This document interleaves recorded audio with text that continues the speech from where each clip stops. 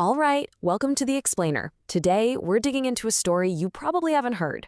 We're going to look at the internet's hidden history, a story that began long before anyone ever loaded a web page, back in the shadows of espionage and, well, control. So, I want you to forget everything you think you know about how the web started. This thing, this network, it wasn't born to connect people. It was built to track them. The code was written long before the first web page loaded, and the goal? It was always about control. To really get what the net is, you have to go back, way back, before computers, even before the Cold War. The logic for this whole system, it was always there, just hiding in plain sight. You know, the playbook is actually pretty old. It's simple. Control the medium, you control the message. Back in World War I, the British were cutting German telegraph cables. By World War II, the U.S. Army was photographing pretty much every commercial telegram going in or out of the country. And this just kept going. The tech changed, sure, but the goal? That never did. This all got formalized in Project Shamrock. I mean, this was the prototype for everything that came later. For 30 years, huge companies, we're talking RCA, ITT, Western Union, they just handed over copies of basically all international telegrams. The NSA didn't have to crack codes. They just asked for the keys, and they got them. But it wasn't just telegrams. We're talking about mail, too. The CIA opened over 215,000 letters between 52 and 73. But see, the point wasn't just to read one person's mail. It was bigger than that. It was about analyzing the flow of information itself. They weren't just hunting spies, they were mapping the network, a ghost of what was to come.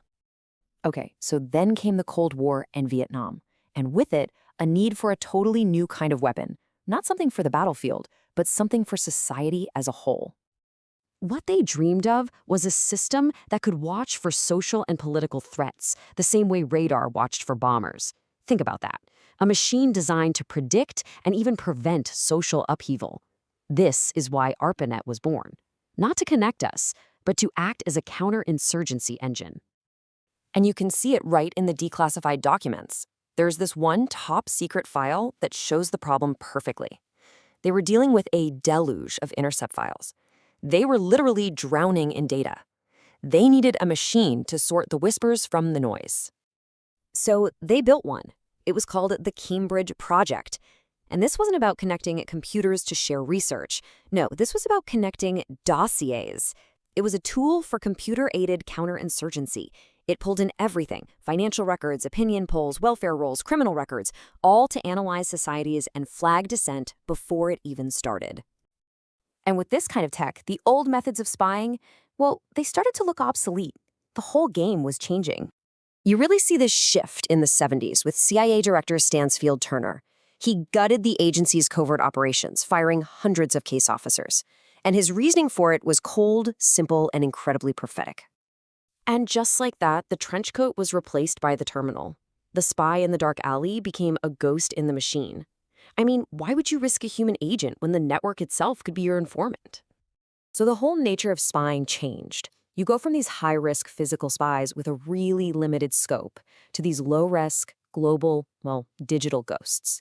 It was a massive pivot from human intelligence to signals intelligence.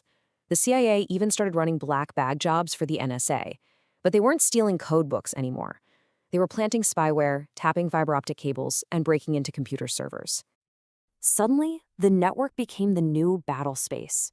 And in this new kind of war, the weapon isn't a bomb. It's a line of code. It's about launching what they call a computer network attack, where you can disrupt, deny, or just flat out destroy information and the networks it lives on. You know, the architecture they designed back in the 60s, it's now the world we live in. The system is no longer a prototype. It's global. And if you look at how it evolved, the progression is totally logical. First, you intercept messages with something like Project Shamrock. Then, you use ARPANET to link databases and analyze people. Next, you map the physical world, which, by the way, the CIA helped fund through the company that became Google Earth. And that brings us to today's global meta-network, this single, massive battlespace for information. It's incredible, really. The Cold War dream of an early warning system for society is now a commercial reality. And why would you build your own surveillance machine when private industry will build a better one and get people to opt into it willingly? As one privacy expert put it, Intelligence agencies must drool with anticipation over the data hoard of a company like Google. And these days, the lines aren't just blurred, they're completely intertwined. The CIA's own venture capital firm funded the tech behind Google Earth. Google then gets a no-bid contract with the National Geospatial Intelligence Agency. Agencies partner with companies to mine data from Twitter, Facebook, and DARPA creates prediction machines like ICWs that ingest all of it, news, blogs, social media, to forecast conflicts. The tools we use every day are built on and now serve the very intelligence apparatus that created them. So, here's the crucial point. This isn't a story about some utopian tool that got corrupted or misused along the way. The surveillance isn't a bug, it's a feature. The system isn't broken, it's working exactly as it was designed to. Which really leaves you with just one question to think about. If the web was designed as a net, what does it actually mean to be connected?